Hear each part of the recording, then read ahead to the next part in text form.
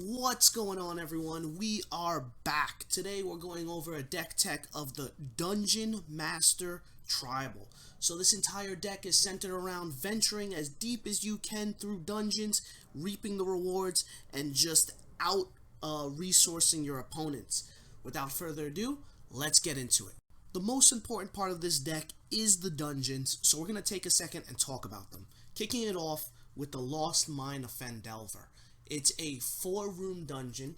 The first room allows you to scry, then from there you can decide to create goblins or a treasure token, and then you can move on from there. The last room is the draw a card, so that's pretty good, not terrible. Going on to a more complex one, once my camera focuses, Dungeon of the Mad Mage. This one allows you to scry, gain life as you go through it, and at the end it allows you to draw 3 cards and reveal them, casting one of them without paying its mana cost. There are 2 more dungeons we're going to check out. Undercity is the next one on the list. This one is going to be a bit special. Its first room allows you to search for land and add it to your hand, right? From there, you're doing a multitude of things, potentially even pinning your opponents down for 5 life. But the last room allows you to reveal 10 cards from the top of your library. You put a creature from among them onto the battlefield with 3 counters on it, 3 +1/+1 counters, and giving it hexproof until your next turn, right? So very good. The last dungeon we're going to talk about really quick, Tomb of Annihilation. It opens with you losing life, and then you can start hurting your opponent for 2 life at a time, or having them sacrifice creatures, artifacts, lands. The last thing allows you to create an Atropal, a 4/4 horror creature with death touch. So those are the 4 rooms of the dungeon. I'll take a second, I'll explain the rules of dungeons, right? And then we'll go into the turn order of how you want to be going into this stuff. If you already know how dungeons work, just skip ahead a few minutes in the video. I'll probably have a breakdown of timestamps in the description, so keep an eye out for those if you want to just skip past this. But for those of you new to dungeons, let's get to it. So, welcome. If you're here at this part of the video, that means you want to learn how dungeons work. Let me go over a quick explanation. Dungeons are a type of card that sit outside of the game, meaning your opponent can't interact with them. Whenever you play a card that says venture into the dungeon, it allows you to pick from a number of dungeons that you want to go into. You go into the first room and you keep track of the room you're in and its effect triggers. Okay? Whenever you play a card that says venture into the dungeon, again, while already in a dungeon, it allows you to go into the next room, allows you to descend deeper. Now you can only move forward in a dungeon, you can't stay at one room. And when you reach the end, the dungeon is considered completed and it's removed, right? Now let's say you've completed a dungeon and you play another card that says venture. You can go into a different dungeon, like I have here with the Mad Mage, or you can continue just rerunning the same dungeon, like you're farming a dungeon, okay? So that's how dungeons work in a nutshell. Cards allow you to go into a dungeon and allow you to go deeper into it. Moving on, though, there's a different mechanic introduced in Battle for Baldur's Gate. This is called the initiative. Now, those of you who know what monarchs are, this should be familiar. When a card gives you the initiative, it puts a target on your back, meaning you have this effect, and the effect can only leave you when an opponent hits you with combat damage. So try to protect this as much as possible. The initiative says whenever you have it, or at the beginning of your upkeep, you venture into Undercity. Now, venture into the Undercity is different. It means if you have the initiative, but you're not currently in a dungeon, right? It means that you immediately start going through a very specific, very rare dungeon that you wouldn't be able to go into normally. It's called Undercity, right? So that's why the initiative is so important. You have to time it right so that you can play it, so that you can go into this very specific dungeon. Let's say you're already in a dungeon, though, right? Let's say you're already, 2 rooms into Fandelver, and then you play a card that says you get the initiative. Well, what happens then? What happens then is if you are already in a dungeon and you gain the initiative, you just start moving into the next room. Okay? And that'll continue until the dungeon is completed. And then if the initiative trigger happens first, you have to go into Undercity. It gets a little complicated, and it isn't for a new Magic the Gathering player to play. You have to kind of understand how triggers start happening and when you should be going into Undercity or when you should just be sticking into the same dungeon. So it kind of gets tricky. I recommend reading the parentheses text very carefully when you're looking into initiative, right? But that's Dungeons in a nutshell. Let's move on. So now that you've sat through my very poor explanation of what dungeons are or how they work, let's go into turn orders. Because dungeons, this Dungeon Master deck is very important on how you are going into dungeons and when you're doing it. So most times early game, the first dungeon you want to go into and complete as quickly as possible is the Lost Mine of Fandelver. This dungeon is amazing for early card advantage, mana fixing, and as well as allowing you to scry or even ping down your opponents, or even like buffing any creature you have on the battlefield. I usually go down the right path here because, like I said, checking the next card early game is very important, fixing our mana and allowing us to stop any early aggression that your opponents may have. Finishing off with a free card draw is always nice. So early game, immediately look to go into Lost Mine. From there though, you're going to want to play Dungeon of the Mad Mage for the most part. Mid to late game, you're going for Dungeon of the Mad Mage unless you can get Undercity. So you have to time it right if possible. Give yourself initiative after completing Lost Mine to immediately go into Undercity. Undercity is an amazing dungeon, probably better than even Mad Mage, more efficient. So whenever possible, go into Undercity and avoid Mad Mage, right? But there's going to be some times where you can't sync that up properly, so instead you're better off going into Mad Mage, completing that, and then trying to get to Undercity later, okay? But most times your turn orders should be Fandelver, Undercity when possible, let that focus, sorry, Undercity when possible, and Mad Mage. Now, we have one more dungeon that we can choose to go into, and that's Tomb of Annihilation. You only have two options. There are only two reasons you would go into Tomb of Annihilation. Number one, you're trolling, right? You're just playing around with your friends, and you're like, I'm gonna goof off. I'm gonna go Tomb of Annihilation, right? I'm winning so far.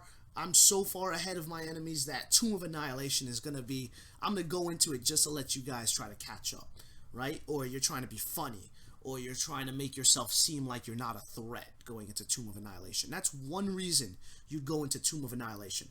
The second reason is if you have the emblem of your planeswalker that we'll talk about later, and you want to buff all your creatures. Now, we'll talk about what the emblem I'm referring to is later, but for now, just know that there are only two reasons to go into Tomb of Annihilation. You're joking around, or you're going like big brain plays. Okay, so that's your turn order of dungeons. You want to go one final time for you guys: Fandelver, Undercity, Mad Mage, Tomb, right? That's the ideal order for early, mid to late game. Now that we have all the dungeons talked about, we can finally talk about our creatures. Let's kick it off with the commanders. This deck can be run 4 colors most times. The new expansion of Battle for Baldur's Gate have introduced some red to this that make me say this should be a 5-color deck, but for the most part, if you're looking for peak efficiency, you really don't need red. But talking about our commanders, I prefer to run a 5-color deck, and I'm keeping a thematic focus of Mike the Dungeon Master. Since he's the dungeon master and I'm running a dungeon tribal, it doesn't feel right to not have Mike as the helm of this deck. Now, his partner, since I'm going to do 5 colors, you guys assume is 11 from the Stranger Things series. Wrong, right? We're going the Haunted Mage. She also has Friends Forever, and she's really just like a reskin of 11, but she's not 11, so I don't have to play 11. That's great. I have the Haunted Mage on the field. Their effects aren't really that important. We're really keeping them around just for the color of their commander identities. But Mike has a pretty good ability that has some situational uses. 2 mana, tap him, return a creature that entered the graveyard this turn to the battlefield tapped. So these are your commanders. You're going to have them on board. Let's go into the actual cards. We have one planeswalker in the deck, probably the best one. Eliwick Thumblestrum. I call her Tiddlywinks, but whatever. 4 mana, planeswalker with 4 loyalty. Her +1 allows you to venture into the dungeon. Her -2 allows you to look at the top 6 cards of your library and reveal a creature from among them, putting it into your hand. If it was a legendary, you also gain 3 life, and everything that you don't choose goes to the bottom of your library. We really don't do her -2. We want to hit that +1 as many times as possible and get that -7. Let's talk about that -7. You gain an emblem. The emblem says, creatures you control have trample, haste, and +2/+2 for each dungeon you've completed. Now they have to be different dungeons. We run 4 dungeons in the deck. 2, 4, 6, 8. Right? Who do we appreciate? This planeswalker. She is giving all of our creatures, if we've done everything right and we get her emblem and we've done all the dungeons, she's giving all of our creatures +8/+8, trample, and haste. She is a game ender if we get that emblem off, right? So a huge, scary threat. We protect her as much as we can and try to get her to her -7 immediately. I don't care if it kills her, right? The moment she hits gets 7 loyalty, kill her off immediately. Get that emblem, right? She is amazing, right? That's the only planeswalker we have in the deck. Let's move on into creatures, and we're going to be brushing through them. Now, why are we brushing through our creatures so quickly? Well, because they kind of all have the same effect. I'll stop on the important ones, but really quick, you have your Secret Door. It has a activated ability that allows you to venture into the dungeon. You have this snake, which is extremely useful, a 2 mana rogue. It can't be blocked as long as it's attacking alone, and whenever it deals combat damage, venture into the dungeon. You're going to be using him a lot, right? Especially for things like ending the game out as well. Prosperous Innkeeper. For those of you who watched my my other version, my previous version, pre-Baldur's Gate version, you understand that we are also running Treasure Token Tribal in here because it allows us to fix our mana. We're running 5 colors and we need a way to fix the mana as well. So Prosperous Innkeeper gives us a treasure as it enters, and it allows us to increase our life whenever a creature enters the board. Talking about Treasure Tribal, Horde Robber, when it deals combat damage, create a treasure. Triumphant Adventurer. It has first strike on your turn. It also comes in with Death Touch. Whenever it attacks, it doesn't have to hit your opponent's life. Whenever it attacks, venture into the dungeon. Right? Let me clear the mess out the field. Varys Silvermoon is next. She has Reach Ward.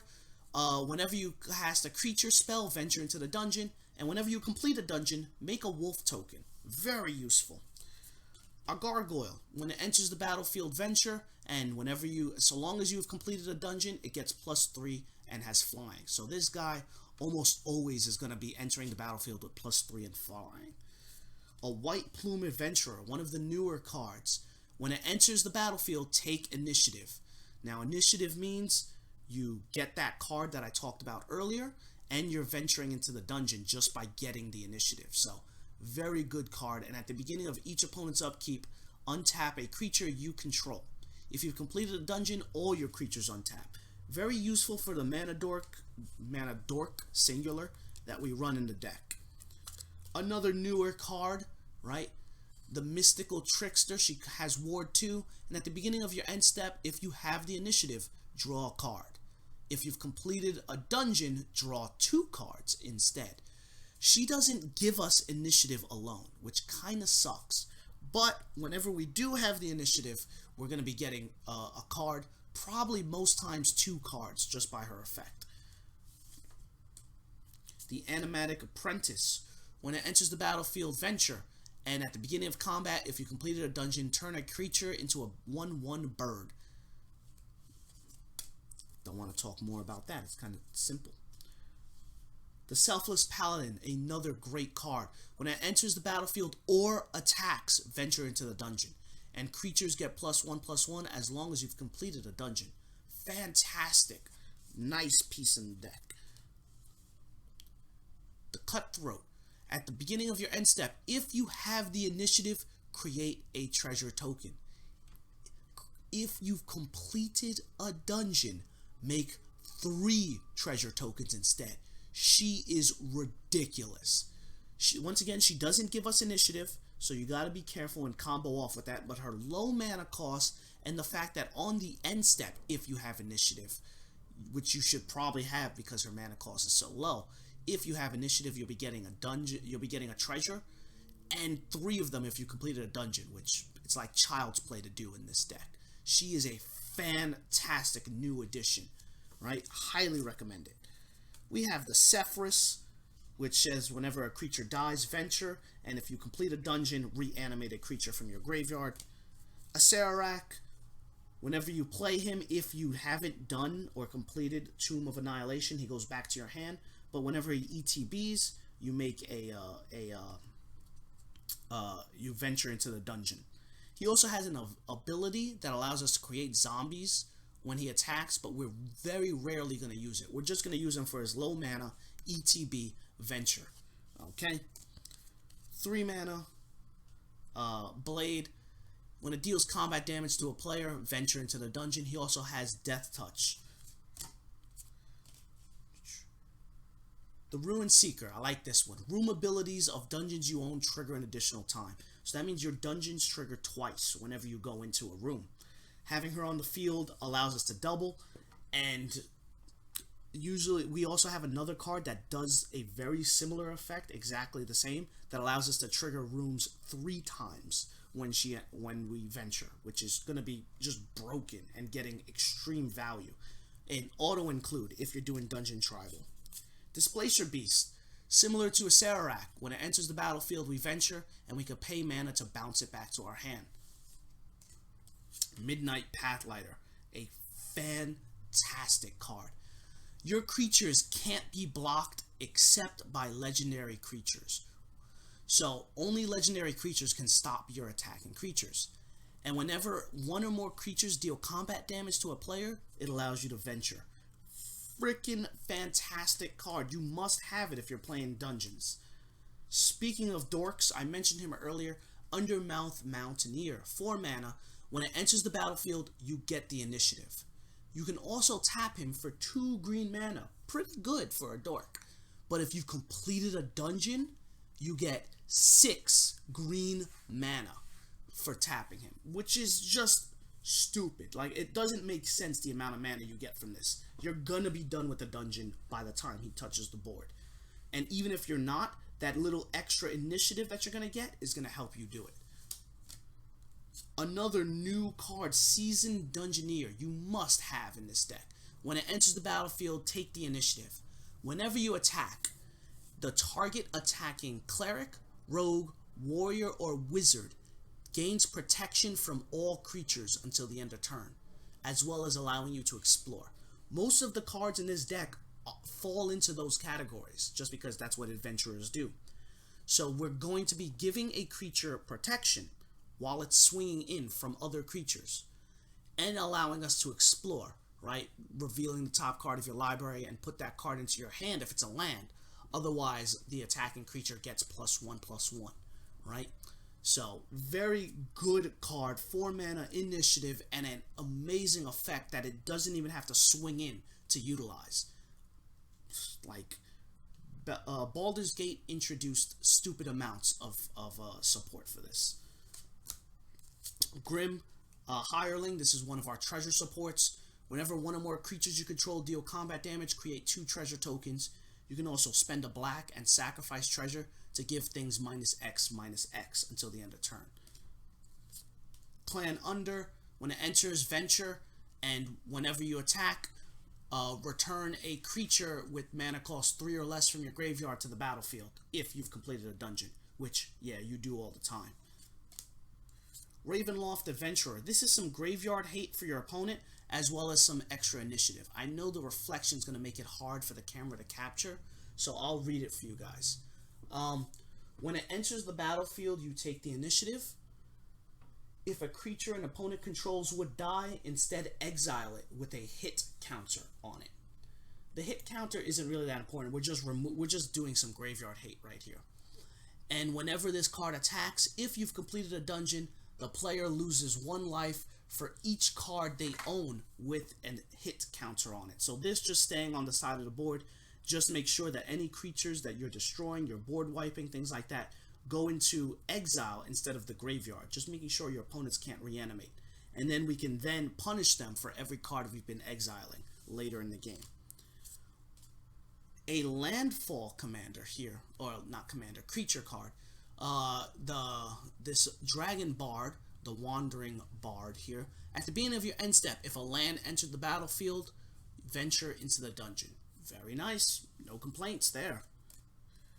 Another fantastic card added from Baldur's Gate. The Kingpin. I think it's a girl. You can't see it because it's too dark. But it's a human rogue. Death Touch. It enters the battlefield giving you the initiative. Whenever you attack, the target attacking creature gains Death Touch until the end of turn. But if you've completed a dungeon, it also gets +5 power, First Strike, and Menace. This is a game ender, right? And you don't even have to be that deep into the late game to start crushing your opponents. Allowing our creatures to gain First Strike, Menace, and +5 power is just scary. Oh, and don't forget the Death Touch too, right? We're going to be destroying things because we've done a dungeon by turn 5 to play this card. So she is a fantastic include. Radiant Solar, right, as our last creature in the deck. 6 mana. It's the most expensive card we got. 3/6 Angel. Whenever this card or another non-token creature enters the battlefield, venture into the dungeon. If it's early game and you really can't use Radiant Solar now, you can use 1 white mana, discard it to give yourself 3 life and venture into the dungeon. So you're seeing a theme here. All of these cards are helping us venture or taking advantage if we've completed a dungeon. So this deck really focuses and rewards us for doing that. We also have treasures in the deck to help shore up our mana base, because our mana base, honestly, in my opinion, is the shakiest part of this deck. So without that, we wouldn't have a way to fix us. Let's go into our enchantments and then move on to artifacts. I like to do enchantments and artifacts together because technically they're both permanents that enter the field equipped into things. So kicking it off, Fly. The equipped creature can fly, as well as whenever it deals combat damage, venture into the dungeon. Perfect. Font of Fertility is one of our ramps here. For a green mana, it's all right, I'm not going to explain it. It's a green Wayfarer's Bauble. If you don't know what Wayfarer's Bauble is, Commander's Quarters will tell you all about Wayfarer's Bauble. It's a good card. You want this. This is ramp. Dungeon Delver is that other card I was talking about. 2 mana, legendary enchantment, background. So when this is on the field, all your commanders have the following effect. Room abilities of dungeons you own trigger an additional time. So I have to pause for a second to talk about this. Bam, bam. We have both of our commanders on board, as well as, where's that other card that yes, as well as the Ruin Seeker. Both commanders and Ruin Seeker on board. Each one has the same effect. Room abilities you own trigger an additional time. So if you venture while all these cards are on the board, you will venture into the room and trigger its effect 1, 2, 3 plus its original triggering 4 times. So every room will trigger 4 times. If you do something like, I've never seen this go off, by the way, but if you do something like the room that says deal 5 damage to an opponent, it's 5, 10, 15, just 20 damage just by going into that room to your opponent. It's a really great card because since we're running partner commanders, each one will have that effect. So really, really great. Going on, we have Find the Path, enchantment land. When it enters the battlefield, venture into the dungeon, and you can equip it to a land to allow us to tap and give us double green. Right, a lot of our ramps are green, obviously, so we're trying to find a way to shore up those defenses. Precipitous Drop. This is just a targeted removal for us. 3 mana. When it enters venture, and whatever creature you enchant this to gets -2/-2. But if you've completed a dungeon, the creature gets -5/-5. We're putting this on something that we want to kill, so most things, unless you got a really strong opponent with like a big scary creature board presence, you can just target removal because not many things have 5 or over attack when it enters the battlefield, unless, you know, late game. But we're using this pretty much early game. One of our few reds in the deck, Loot Dispute. This is a great card and probably the only reason I'm still running red in this deck, because this card is fantastic. 4 mana enchantment. When it enters the battlefield, you take the initiative and make a treasure token. So that's leaning into both of our tribes on one card. Whenever you attack a player who has the initiative, make another treasure token. So if they ever find a way to take it from you and you come back at them to try to take your initiative back, you make another treasure token. Now here's the best part. Loud Ruckus. Whenever you complete a dungeon, you make a 5/5 dragon with flying. You should be crushing dungeons, like running through them multiple 3, 4, 5 times, right? Running through these dungeons, every time you do it, you're getting a 5/5 red dragon. Like, this card is the one reason I still stood in red. Fantastic. Moving into the artifacts, we talked about Wayfarer's Bauble. Great card. Moving on. Soul Ring. You know Soul Ring. Arcane Signet. Come on. A newer one, though. Now you see one other tribe that we're running in this deck. Navigation Orb. So this is a Wayfarer's Bauble, sort of, that allows us to search for lands and or gates. Now we're running gates in this deck. This is the last kind of tribe that we're going to talk about. And I'll get to gates when I get to lands. So you guys don't have to worry about that. But this card essentially is just more ramp. 3 mana, 2 mana, tap it. Search your library for 2 lands or 2 gates. Reveal those cards. Put one on the battlefield tapped and the other into your hand. Shuffle your library afterwards. We have the Immovable Rod to stop our opponents from doing things, right? It enters the battlefield. It doesn't untap during your untap step. Whenever it does untap, however, it allows you to venture into the dungeon. And for 4 mana, you can just lock down a single permanent on your opponent's side of the field. It loses all abilities and can't attack or block. I don't know if this works for lands. Can you lock down an opponent's land? It loses all abilities, so that means it can't be tapped for mana. I'm just thinking out loud here. But this is an excellent card to stop your opponent's combo pieces, and really nice to have in the deck. Really scary to keep on the board. Speaking of scary to keep on the board, the Vorpal Sword is one of our win cons. We can equip it to a creature for 2 black mana, and for 8 mana, so that's 5 generic, 3 black, you can make the creature have an effect that says when it deals combat damage to a player, that player loses the game. We have a lot of ways of making our things unblockable. We have a lot of ways of giving them evasion, like Menace and Flying. If we find a way to tap down the mana to make it so that if this hits them, they instantly die, the treasures are going to help us do that. So Vorpal Sword, fantastic addition to the deck. The Delver's Torch. Equip the creature gets +1/+1, and whenever it attacks, venture into the dungeon. Nice. Thieves' Tools. When it enters the battlefield, we get a treasure token. Cool. And equipped creature can't be blocked as long as its power is 3 or less. We have a lot of creatures that are low to the ground, but reward us for hitting our opponent. So that's why we run the Thieves' Tools in this deck. We have a dungeon map. It's a rock that you can tap it to venture. Dungeoneer's Pack. It's a rock, but a little different. So you can tap it. It's a 3-mana artifact. You can tap it to sacrifice it, give us initiative, gain 3 life, draw a card, and make a treasure token. So it's got a lot of rewards for us just for playing on the field and for tapping it. It enters tap though, so we can't just play it and use it right away. You have to play it, wait till your next turn, and then use Dungeoneer's Pack. Ooh, one of the newer cards, we have the Trailblazer's Torch. When it enters the battlefield, you gain initiative. Equip the creature. Whenever the equipped creature is blocked, it deals 2 damage to each creature blocking it. We have things with Death Touch. So anything your opponent blocks, this thing's effect triggers and instant kills it. So a very nice card to have.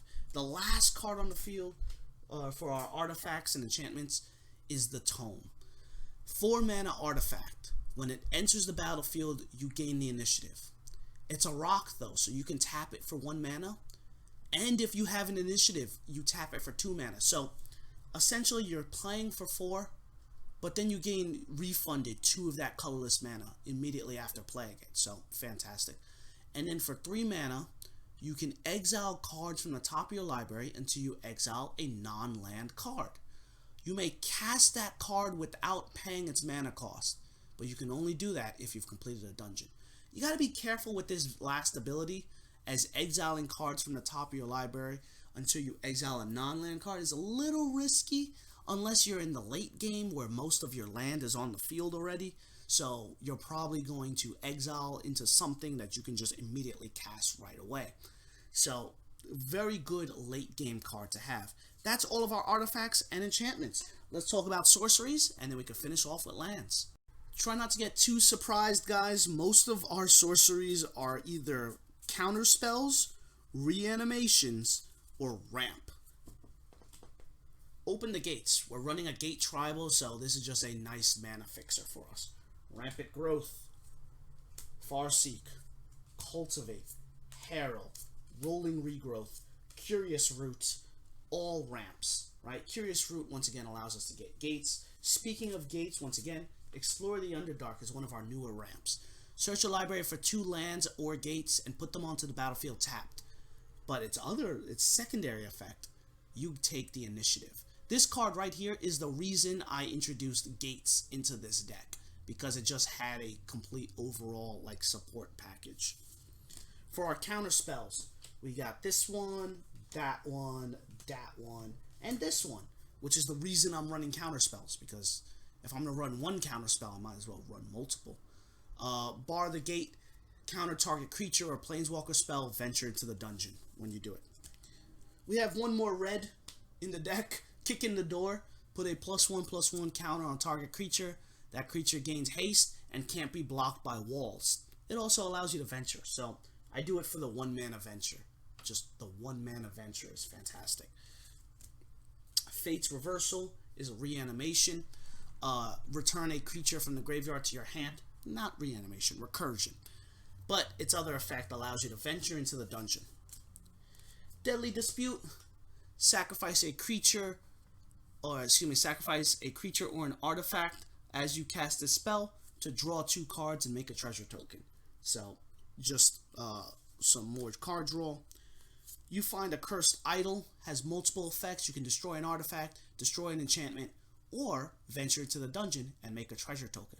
Guess which one we're doing most of the time? Crack Open handles the other times. You can destroy an artifact or enchantment and make a treasure token. Improvised Weaponry. Deal 2 damage to any target and create a treasure token.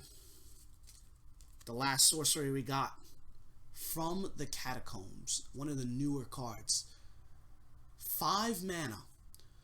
Reanimate a creature from any graveyard on the battlefield under your control. If this creature were to leave the battlefield, it's exiled instead of put anywhere else. You also gain the initiative when you cast a spell. And you can cast it from your graveyard by exiling 5 other cards and paying its escape cost. This is a really, really good card, right? You're just allowing a free initiative take and taking a creature from any graveyard. Doesn't even have to be yours, right? Maybe your opponent is playing a heavy, scary reanimation deck, and he's got like Shouldered or something like ridiculous in his graveyard. From the Catacombs makes it ours, okay? And it makes it so that if that reanimated card is ever removed, it doesn't go back into the grave. It's immediately exiled. It's not coming back. So from the Catacombs, perfect in the deck. That's all the sorceries and instants. Let's talk about those lands. I want to apologize. Around 3 o'clock this morning was when I added the Gate Tribal to this deck. So it is completely untested. More than likely, you're better off using the